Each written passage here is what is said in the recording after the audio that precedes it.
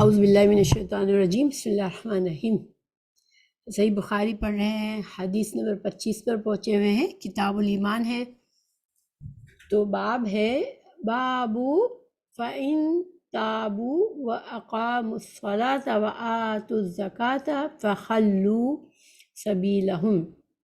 اللہ تعالیٰ کے اس فرمان کی تفسیر میں کہ اگر وہ کافر توبہ کر لیں اور نماز قائم کریں اور زکوٰۃ ادا کریں تو ان کا راستہ چھوڑ دو، یعنی ان سے جنگ نہ کرو۔ اور حدیث ہے حدثنا عبد اللہ بن محمد المسندی قال حدثنا ابو روح الحرمی ابن عمارة حدثنا شعبة عن واقد بن محمد قال سمعت ابی یحدث عن ابن عمر ان رسول اللہ صلی اللہ علیہ وسلم قال امرت ان اقاتل الناس حتى يشهدوا ان لا الہ الا اللہ وان محمد رسول اللہ ويقيموا الصلاة ويؤتوا الزکاة فإذا فعلوا ذلك عصموا مني دماءهم واموالهم الا بحق الاسلام وحسابهم على اللہ۔ اس حدیث کو ہم سے عبداللہ بن محمد مسندی نے بیان کیا، ان سے ابو روح حرمی بن عمارہ نے، ان سے شعبہ نے واقد بن محمد سے روایت کرتے ہیں۔ وہ کہتے ہیں کہ میں نے یہ حدیث اپنے باپ سے سنی۔ وہ ابن عمر سے روایت کرتے ہیں کہ رسول اللہ صلی اللہ علیہ وسلم نے فرمایا مجھے اللہ کی طرف سے حکم دیا گیا ہے کہ لوگوں سے جنگ کرو اس وقت تک کہ وہ اس بات کا اقرار کر لیں کہ اللہ کے سوا کوئی معبود نہیں ہے اور یہ کہ محمد صلی اللہ علیہ وسلم اللہ کے سچے رسول ہیں، اور نماز ادا کرنے لگیں اور زکوٰۃ دیں۔ جس وقت وہ یہ کرنے لگیں گے تو مجھ سے اپنے جان و مال کو محفوظ کر لیں گے سوائے اسلام کے حق کے۔ رہا ان کے دل کا حال تو ان کا حساب اللہ کے ذمے ہے۔ تو انشاءاللہ اس حدیث کو ہم سمجھتے ہیں۔ یہ حدیث ان احادیث میں سے ہے جس کو اگر غلط سمجھا گیا، جو لوگ قرآن اور حدیث پر تنقید کرنا چاہتے ہیں وہ اس طرح کی، اور اسلام کو ایک ظالمانہ دین یا پھر ایسا دین بتانا چاہ رہے ہیں کہ وہ تلوار کے ذریعے پھیلا ہے، اسلام کے خلاف جو لوگ بات کرنا چاہتے ہیں وہ اس حدیث کو غلط طریقے سے استعمال کرتے ہیں اور اس کی غلط تعویل کرتے ہیں۔ اس لیے اس کو حدیث کو سمجھنا بہت ضروری ہے۔ تو انشاءاللہ ہم اس کو مزید سمجھتے ہیں۔ تو دیکھیں،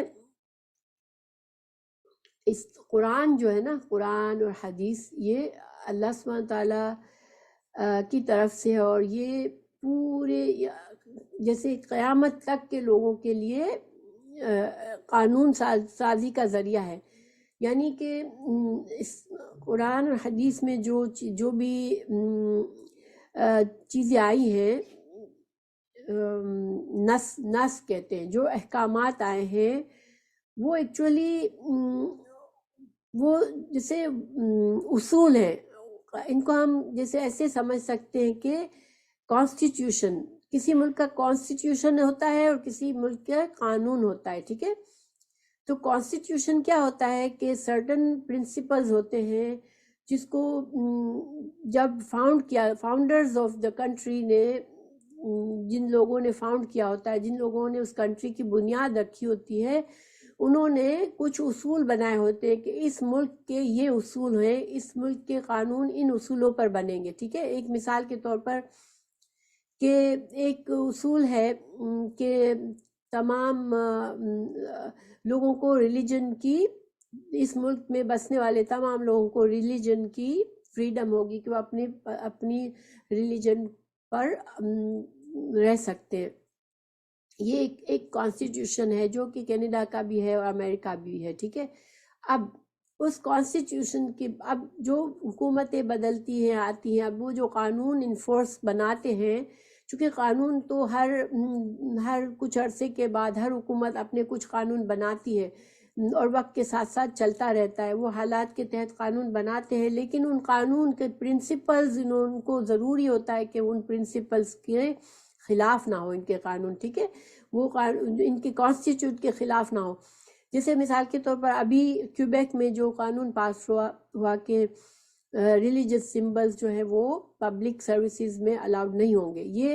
یہ ہمارے کانسٹیٹیوشن کے خلاف ہے، کیونکہ اس میں ریلیجن کا، ہمارے ریلیجن کی فریڈم کو یہ لوگ چھین رہے ہیں اس میں. تو یہ مطلب ہے کہ کانسٹیٹیوشن ایک ہوتا ہے جو کہ پرنسپلز ہوتے ہیں، اور ایک قانون ہوتے ہیں جو قانون سازی ہر وقت کے ساتھ ساتھ بنتی رہتی ہے.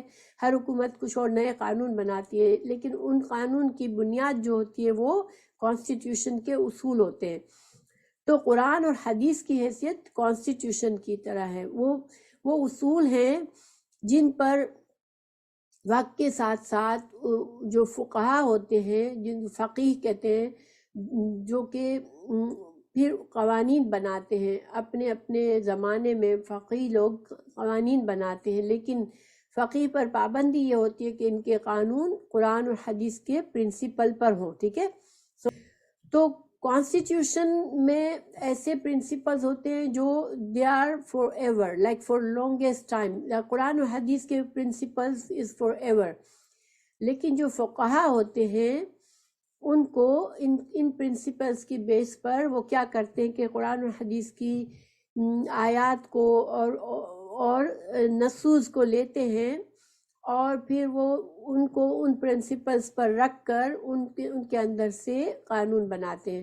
اسی وجہ سے ہم لوگ فقہا کو مانتے ہیں. جیسے امام حنیفہ، ابھی 4 کو ہم سب جانتے ہیں، ویسے تو بہت سے فقہا ہیں، لیکن مثال کے طور پر امام مالک، امام شافعی، امام ابو حنیفہ، امام حنبل، ان 4 کو تقریباً تمام امت مسلمہ ان کے نام جانتی ہے.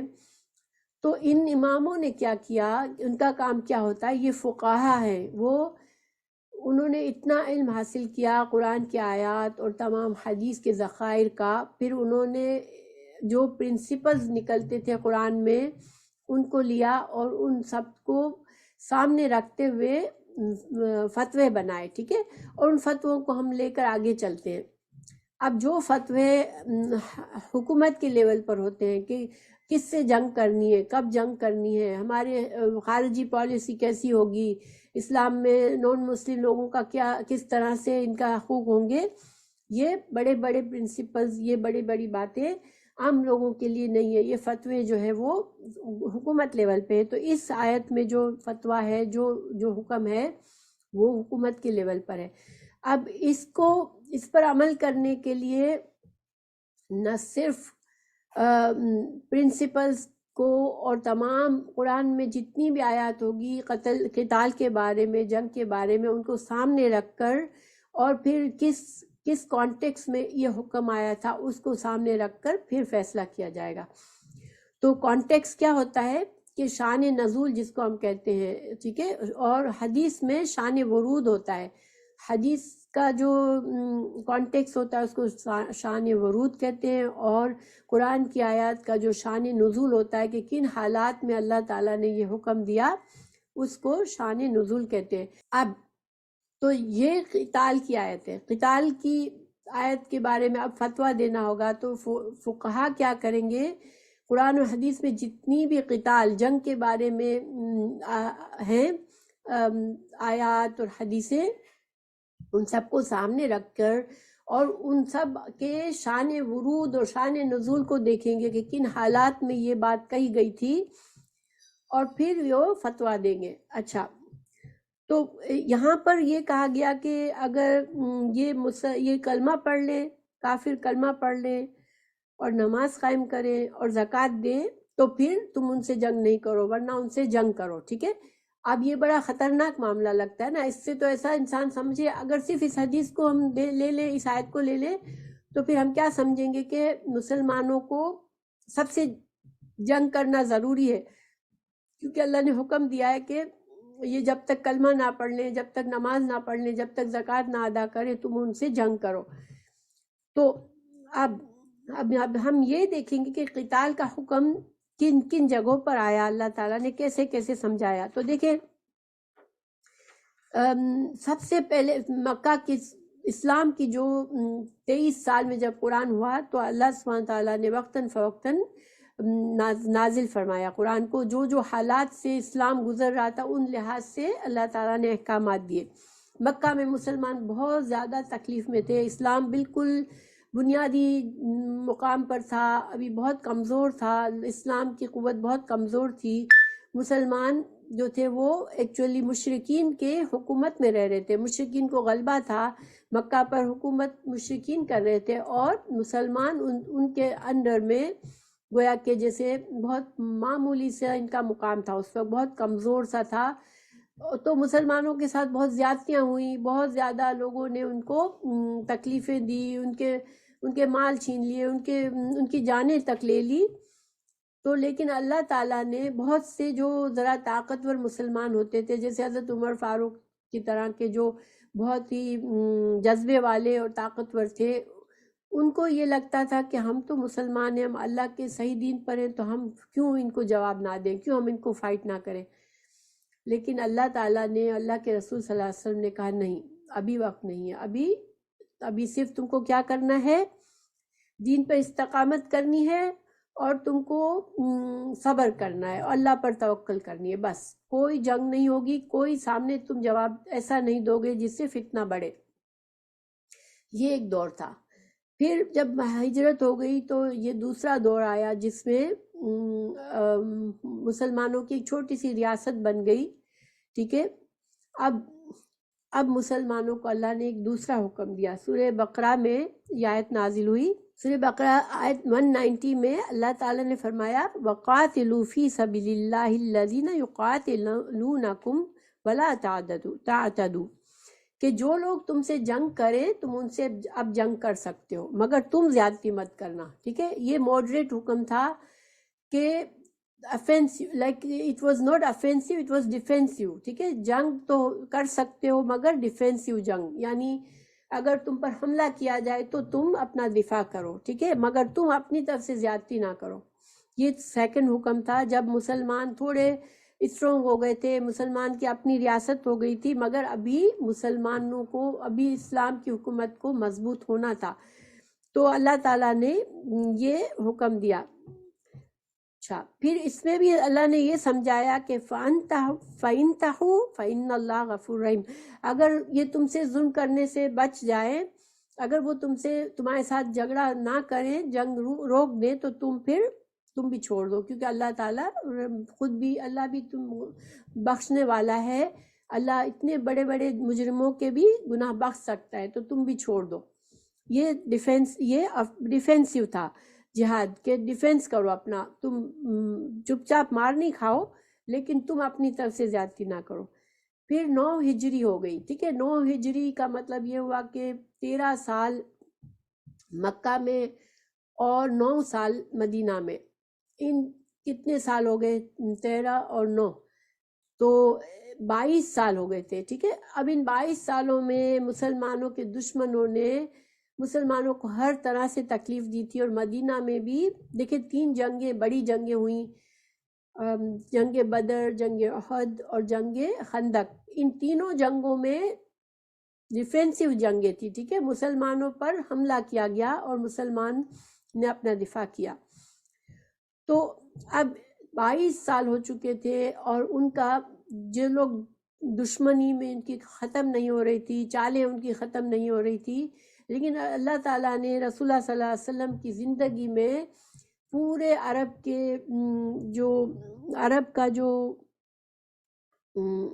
جزیرہ عرب تھا اس سے شرک کو نکالنا تھا. کیونکہ آپ صلی اللہ علیہ وسلم کے بعد مسلمانوں کو دین کو آگے بڑھانا تھا، لوگوں کو اللہ کا پیغام پہنچانا تھا. تو اگر مسلمانوں کے اندر ہی چھپے ہوئے دشمن ہر جگہ ہوتے تو مسلمان یہ کام نہیں کر سکتے تھے. ٹھیک ہے، اس لیے. اور دوسرے مقصد یہ کہ کعبہ کو مکمل طور پر شرک سے پاک کرنا تھا، کہ کعبہ کے اوپر حج کے لیے آتے تھے لوگ، دور دور سے آتے تھے حج کے لیے، لیکن مشرک بھی آتے تھے اور اپنا شرکیہ حج کرتے تھے. اب اللہ تعالیٰ کو ان سب چیزوں کو بند کر کے کعبہ کو خالص اللہ کی عبادت کے لیے پاک کرنا تھا، اور جزیرہ عرب کو میں مکمل اسلام کا غلبہ دینا تھا، تاکہ اب اسلام کا کام جزیرہ عرب سے باہر جائے گا، مگر آپ صلی اللہ علیہ وسلم اب دنیا سے رخصت ہونے والے ہیں۔ تو اس لیے 9 ہجری میں اللہ نے سورہ توبہ میں حکم دیا کہ تمام جو بھی معاہدے ہیں مشرکین سے، صلح کے معاہدے، اب ان کی ایک لمٹ آ گئی، بس اب 3 مہینے کے بعد جو بھی مشرک بن کے رہنا چاہتا ہے اس کو یا تو جزیرہ عرب سے نکل جائے گا، یا پھر تم اس کو جنگ کر کے اس کو جنگ کرو گے، اور جنگ کے بعد اگر وہ مسلمان ہو جائے تو ٹھیک ہے، ورنہ ان کو ختم کر دو اب۔ تو یہ سخت حکم کن حالات میں آیا تھا، اس کو دیکھنا ضروری ہے۔ اگر کوئی یہ سمجھے بغیر کہے کہ ہاں یار یہ تو ہے اللہ تعالیٰ نے ایسے کہا ہے، اب جس کو تھوڑی سا علم ہوتا ہے وہ ایسی آیت پڑھ کے مسلمان بھی گھبرا جاتے ہیں کہ نہیں نہیں یہ تو بہت ہی سخت قسم کے حکم ہیں، ہم ایسے کیسے کریں کہ ہم ہر کسی سے جنگ کریں۔ تو اس وجہ سے ہمیں یہ اس کا بیک گراؤنڈ معلوم ہونا ضروری ہے کہ صرف اس وقت میں اللہ تعالیٰ نے یہ حکم دیا تھا، لیکن اس میں بھی دیکھیں کہ اگر کوئی 2 چوائسز تھی مشرکین کے پاس، یا تو تم جزیرہ عرب کو چھوڑ دو، ٹھیک ہے، تم سے کچھ نہیں کہا جائے گا، تم چھوڑ دو، اب کہیں اور چلے جاؤ، یا اگر تم کو یہیں رہنا ہے تو پھر مسلمان ہو جاؤ، کلمہ پڑھو، اور کلمہ کے بعد ظاہری اعمال، کوئی مسلمان کلمہ پڑھ لیتا ہے، دوسروں کو کیسے پتہ چلے گا وہ مسلمان ہے؟ تو اس کی نماز سے اور اس کے زکوٰۃ ادا کرنے سے پتہ چلے گا، ظاہری اعمال سے پتہ چلے گا، اس لیے یہاں پر ظاہری اعمال کی بھی شرط ہے، ورنہ صرف کلمہ لا الہ الا اللہ پڑھ لینے میں یہ سب کچھ آ جاتا ہے کہ نماز بھی قائم کرو، زکوٰۃ بھی دو، اسلام کے تمام احکامات پر عمل کرنا، یہ سب لا الہ الا اللہ میں، محمد رسول اللہ صلی اللہ علیہ وسلم میں آ جاتا ہے کہ جس نے کلمہ پڑھا۔ کیونکہ ابھی تک ہم نے ایمان میں کیا سیکھا کہ ایمان جو ہے وہ صرف دل کی اور زبان کے گواہی نہیں ہے، ہمارے عمل سے، ہمارے عادات سے، ہمارے حال حلیے سے، سب سے ایمان جو ہے وہ ظاہر ہوتا ہے، تو اور یہ سب کچھ ایمان پر اثر کرتے ہیں۔ تو لا الہ الا اللہ محمد رسول اللہ صلی اللہ علیہ وسلم میں ایمان کی ڈیفینیشن کے تحت سب کچھ آ جاتا ہے، مگر اللہ نے مزید ایمفیسائز کیا، رسول اللہ صلی اللہ علیہ وسلم نے مزید ایمفیسائز کیا کہ وہ نماز بھی پڑھیں اور زکوٰۃ بھی دے۔ اس سے ہمیں نماز اور زکوٰۃ کی اہمیت بھی پتہ چلتی ہے کہ نماز جو ہے وہ مسلمان اور کافر کا فرق ظاہر کرتی ہے۔ اگر کوئی انسان کہے میں مسلمان ہوں مگر میں نماز نہیں پڑھوں گا، تو پھر اس کا ایمان سوچنے والا ہوگا کہ یہ کیسا مسلمان ہے کہ نماز کا منع کرتا ہے، ٹھیک ہے۔ اور زکوٰۃ کا بھی یہی ہے کہ کوئی انسان کہے میں زکوٰۃ نہیں دوں گا لیکن صرف مسلمان ہوں، تو یہ بھی پھر اس کا ایمان بھی قابل قبول نہیں ہے۔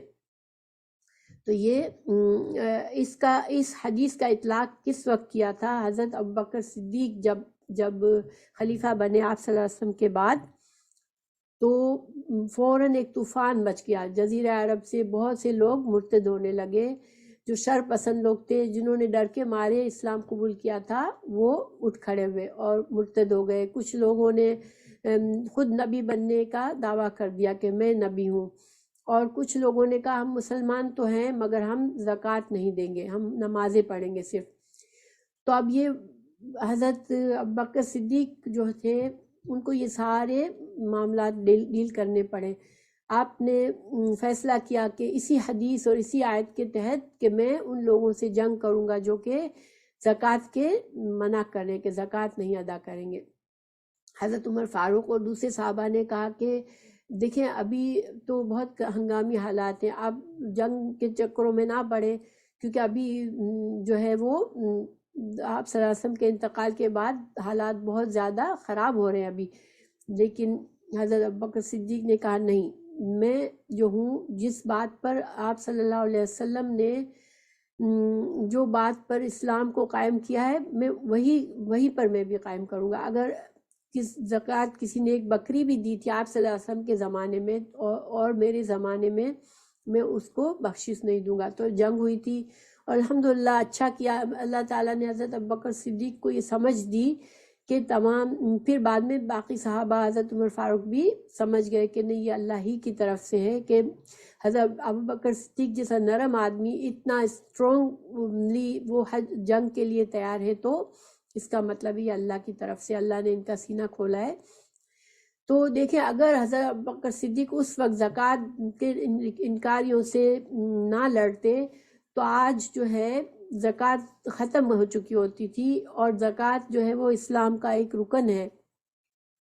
لیکن پھر بعد میں آنے والے کہتے کہ بھائی ٹھیک ہے، حضرت ابوبکر صدیق نے بھی تو اس کو قبول کیا تھا، تو پھر ہم بھی کیوں دیں؟ تو یہ سبحان اللہ آج امت کا اجماع ہے۔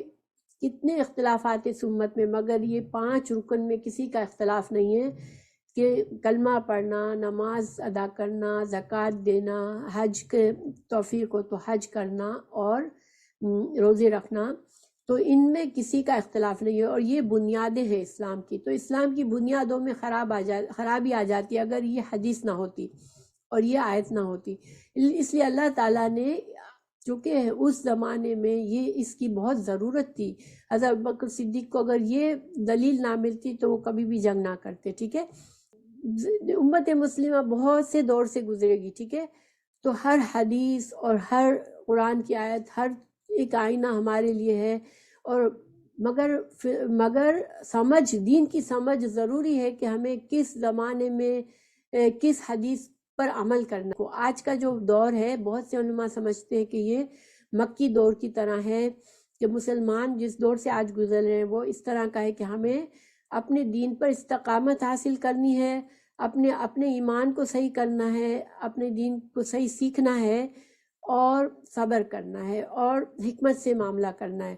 اگر آج ہر مسلمان تلوار لے کے کھڑا ہو جائے گا تو یہ صحیح وقت نہیں ہے اس کے لیے۔ اب میں کوئکلی صرف یہ بتا دیتی ہوں کہ اس میں جو اقام الصلاۃ ہے، تو اقام یقوم جو ہے اس سے مطلب ہوتا ہے دوام، ہمیشگی، ٹھیک ہے۔ تو اس میں جو ہے کہ نماز میں ہمیشگی کرے، اس سے صرف اقام الصلاۃ سے جماعت کی نماز نہیں ہے، بلکہ نماز پر دوام کرے، نماز پر ہمیشگی کرنا یہ ضروری ہے اسلام میں۔ اور دوسرا اس سے مطلب یہ ہے کہ نماز میں قیام جو ہے وہ نماز کا بہت اہم حصہ ہوتا ہے، نماز میں جو کھڑے ہوتے ہیں ہم، وہ اہم حصہ ہے۔ تو بعض اوقات قرآن اور حدیث میں کسی چیز کے اہم حصے کا نام لے کے اس کو بجائے اس کے کہ نماز پڑھو کہنے کے بجائے اقیم الصلاۃ کہا گیا ہے، ٹھیک ہے۔ تو بہرحال باقی یہ کہ سمجھنے والی بات یہ ہے کہ مسلمان حکومت میں جو لوگ مسلمان کہتے ہیں خود کو، تو ان پر ہم کافر کا فتویٰ نہیں لگائیں گے اگر وہ ان کے ظاہری عمل پر ہم لیں گے کہ وہ نماز پڑھ رہے ہیں، زکوٰۃ دے رہے ہیں، اس کے بعد اگر وہ بہت سے غلط کام کر رہے ہیں تو یہ ان کا اور اللہ کا معاملہ ہے، ہم ان کو مسلمان ہی کہیں گے، ہم ان پر کافر کا فتویٰ نہیں لگائیں گے۔ دوسرا یہاں پر یہ مطلب ہوا کہ اسلامی حکومت میں مسلمان جو ہیں، اگر حکومت انفرادی طور پر نہیں، حکومت لیول پر حکومت اگر لوگوں کو جو مسلمان خود کو کہتے ہیں ان کو بائی فورس نماز پڑھواتی ہے اور بائی فورس زکوٰۃ لیتی ہے تو یہ جائز ہے، کیونکہ اس آیت کے تحت مسلمان کے لیے کی نشانی یہی بتائی گئی کہ وہ نماز پڑھ رہا ہے اور زکوٰۃ ادا کر رہا ہے۔ تو اگر مسلمان حکومت میں مسلمان اس کام کو چھوڑ دیتے ہیں تو حکومت اگر اسلامی حکومت ہے تو وہ فورس کر سکتی ہے۔ جیسے سعودی عرب میں نماز کے وقت اگر کوئی سودا وغیرہ بیچ رہا ہے، کر رہا ہے، تو اس کو پکڑ لیتی ہے پولیس۔ تو اس کو یہ غلط کام نہیں ہے، کیونکہ اس حدیث میں ہمیں یہی نتیجہ نکلتا ہے کہ مسلمان حکومت جو ہے وہ بائی فورس مسلمانوں پر، نان مسلم پر نہیں، ٹھیک ہے۔ نان مسلم جو ہیں وہ ان کا حکم ڈیفرنٹ ہے، مسلمان حکومت میں مسلمان حکمران جو ہے وہ بائی فورس جو ہے نماز قائم کروا سکتا ہے مسلمانوں سے اور زکوٰۃ لے سکتا ہے۔ ہاں، جو لوگ کہتے ہیں لا اکراہ فی الدین، کہ دین میں کوئی زبردستی نہیں ہے، تو یہ آیت یہاں پر ثابت نہیں ہوتی ہے۔ لا اکراہ فی الدین کا مطلب یہ ہے کہ تم کسی کافر کو زبردستی مسلمان نہیں کرو گے، لیکن ایک مسلمان ہے، اپنے آپ کو مسلمان کہہ رہا ہے، اب اس پر اگر کسی کی اتھارٹی ہے تو وہ اس کو نماز کے لیے زبردستی بھی کر سکتا ہے اور زکوٰۃ کے لیے بھی زبردستی کر سکتا ہے. جیسے بچوں کے والدین نماز کا اگر بچے منع کر رہے ہیں تو ان کے ساتھ زبردستی بھی ڈانٹ ڈپٹ بھی کر سکتا ہے. تو یہ یہاں پر یہ اس کو پریکٹیکلی اگر اس کو ہم دیکھنا چاہیں تو اس حدیث کا یہ فائدہ ہے. باقی جو ہے الحمدللہ زکوٰۃ کا بھی یہی ہے کہ زکوٰۃ جو ہے اگر انسان ادا کرتا ہے، اگر اس کے اوپر واجب ہے تو زکوٰۃ جو ہے وہ اگر کوئی مسلمان ہے خود کو اور زکوٰۃ کا انکار کر رہا ہے تو پھر ہمارے لیے ڈاؤٹ فل ہے کہ وہ مسلمان ہے. اور تیسری بات ہم نے یہ سیکھی کہ ہم لوگوں کے ظاہر پر ان کو قبول کریں گے. دل کا معاملہ اللہ کا معاملہ ہے، کسی کے دل میں کیا ہے، منافق ہے یا کوئی اندر سے نان بلیور ہے، اس سے ہمارا مطلب نہیں ہے. اگر کوئی کلمہ پڑھتا ہے، کوئی نماز پڑھتا ہے، کوئی زکوٰۃ دیتا ہے تو ہم اس کو مسلمان ہی سمجھیں گے. باقی حسابہم علی اللہ، اللہ پر حساب ہے. انسان نیتوں کا اللہ جاننے والا ہے، وہ اپنے مرضی سے لوگوں کو جو بھی سزا یا جو بھی جزا ہوگی وہ اللہ کرے گا. اور اسلامی حکومت میں مسلمان سیف ہیں، مسلمانوں کے جان اور مال سیف ہیں. لیکن اگر کسی نے کوئی ایسا جرم کیا جس پر سزا اللہ نے اور اللہ کے رسول نے سزا لکھی ہے کہ سزائے موت ہے جس پر، تو اس پر سزا دینا اس حدیث کے خلاف نہیں ہے. ٹھیک ہے، چاہے وہ نماز پڑھنے والا ہو، چاہے وہ زکوٰۃ دینے والا ہو، اگر اس نے ایسا جرم کیا جس کی سزا اسلام میں سزائے موت ہے تو اس کو سزا دی جائے گی. تو انشاءاللہ یہ حدیث ہماری مکمل ہوئی. اللہ سبحانہ وتعالی ہمیں دین کی سمجھ عطا کرے اور اللہ تعالی ہمیں اس دین پر استقامت دے، کیونکہ آج ہمیں سب سے زیادہ ضروری ہے کہ ہم اپنے دین کو سیکھیں اور اس پر استقامت کریں، اور جس پر بھی ہمارا تھوڑا سا بھی بس چلتا ہے اس کو دین سکھائیں، تاکہ انشاءاللہ یہی وقت، آج کا وقت ہمارے لیے یہی بہترین کرنے کا ہے کہ ہم اپنے آپ کو اچھے سے اچھا مسلمان بنا لیں. باقی انشاءاللہ آئندہ نسلوں کے لیے اللہ تعالیٰ مسلمانوں کو اور عظمت دے اور قوت دے اور طاقت دے کہ مسلمانوں کو اللہ غلبہ دے. ہماری زندگی میں بھی اللہ مسلمانوں کو شان دے دے انشاءاللہ، عظمت دے دے اسلام کو. تو ہم انشاءاللہ یہ بھی بہت بڑی خوشی کی بات ہے کہ اللہ ہم اسلام کو پھلتا پھولتا دیکھیں. ویسے الحمدللہ بہت لوگ ہیں جو دین کے لیے سنسیئرلی محنت کریں. اللہ تعالیٰ ان کی حفاظت کرے. ینگ لوگ امریکہ میں، کینیڈا میں، پاکستان میں، ہر جگہ بہت سے لوگ دین سیکھتے ہیں، اچھا دین سیکھ رہے ہیں، پورا دین سیکھ رہے ہیں، اور پھر لوگوں کو سکھانے کی محنت کریں. اللہ ان کی حفاظت کرے اور ان کے اخلاص میں برکت دے اور ان سے زیادہ سے زیادہ خیر کے کام لیں. اور اللہ تعالیٰ زیادہ سے زیادہ مسلمانوں کو توفیق دے کہ اپنی اولاد کو اس دین کا صحیح علم سکھائیں اور خود بھی سیکھیں انشاءاللہ. آمین. تو جزاک اللہ خیر. سبحانک اللہم و بحمدک، اشہد ان لا الہ الا انت، استغفرک و اتوب الیک. السلام علیکم ورحمۃ اللہ وبرکاتہ.